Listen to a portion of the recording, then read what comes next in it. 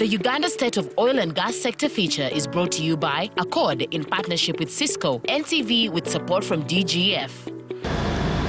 The year 2020 started on a low for Uganda's nascent oil sector, with little expectation on what lies ahead following last year's protracted talks between government and the joint venture partners Total E&P, CNOOC and Tullow Oil. Then along came the oil supply glut as Russia and Saudi Arabia engaged in supremacy fights.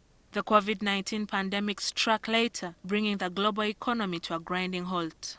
According to Emmanuel Mugarura, the chairperson of the Association of Uganda Oil and Gas Service Providers, this was to the detriment of local actors.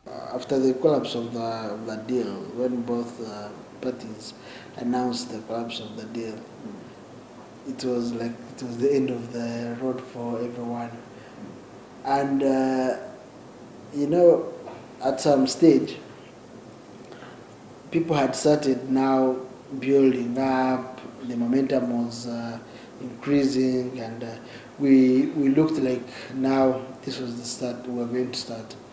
Then all of a sudden, boom. While Uganda's oil sector has been at this point of lull before, Mugarura said the crisis cast doubt among local service providers, especially as international oil companies are wobbling. The economic upheaval is across all sectors, and I think oil and gas was among the most affected.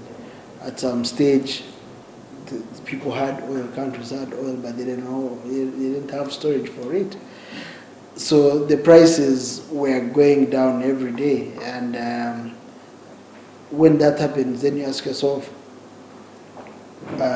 is this project going to happen? Uganda's oil sector is entering the next phase of development and subsequently commercial oil production. If all goes according to plan, the country is expected to rake in investments of about $20 billion or 74 trillion shillings spent on, among others, development of two oil projects, Tilenga, operated by French Total E&P in Nwoya and Bulisa districts, and Kingfisher, operated by China's CNOOC in Chikube district.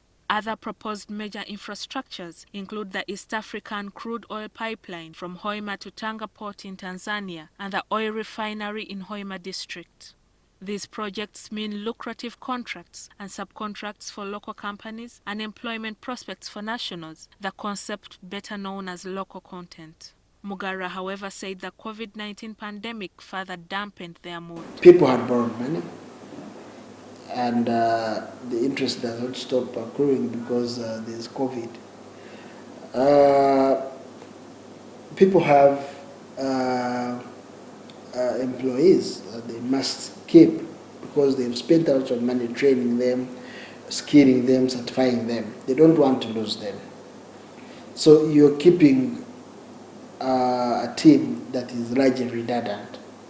So you have to pay them, you have to take care of them, you have to look at them, you have to take them through refresher courses, you have to certify them, you have to update their papers. Between 2006 and 2016, the country registered investments to a tune of $3.2 billion or 11 trillion shillings, of which local service providers raked in only 28% of that, or roughly $900 million, which translates to 3 billion shillings. Most of the funds spent on local content was spent on logistics, clearing and forwarding, supply chain management, catering services, air transport services, which include light aircraft carriers to the field, and camp management services. Betty Nambiru, the manager for the local content at Petroleum Authority of Uganda, the oil sector regulator, said while local service providers are going through tough times, the crisis at hand also presents opportunities. The length of time has been long, I can understand, but also when we look at how this sector evolves, looking at other countries, it is never easy. I can give you a very recent ripe example of Mozambique. Mozambique has been rallying up for FID for over 5 years until they acquired it, I think, end of last year. So it's something that takes a lot of studies, takes a lot of understanding. But Nambiru appealed to local content service providers to keep hope alive. The time is now. I think the waiting has been so long, but let us not give up. It's like running a marathon and then you give up when you're just a few inches to the finishing line. This is the time for us to even get more organized, seeking collaborations. We have a national supplier database. I encourage all the companies that are desirous to work in the oil and gas sector to register on the national supplier database. It has been established and it is a one-stop center where all the companies have to register before you get the job in the sector. She also said they advised oil local service providers to diversify their business. That we have continuously requested the companies to diversify. They shouldn't only look at oil and gas. The engineering firms, the logistics, lifting companies, we have requested them to look elsewhere to understand how the oil and gas sector moves, because at one point you have peak. There are lots of activities. Then at another point, the activities are completely down when they are fixing a few things here and there.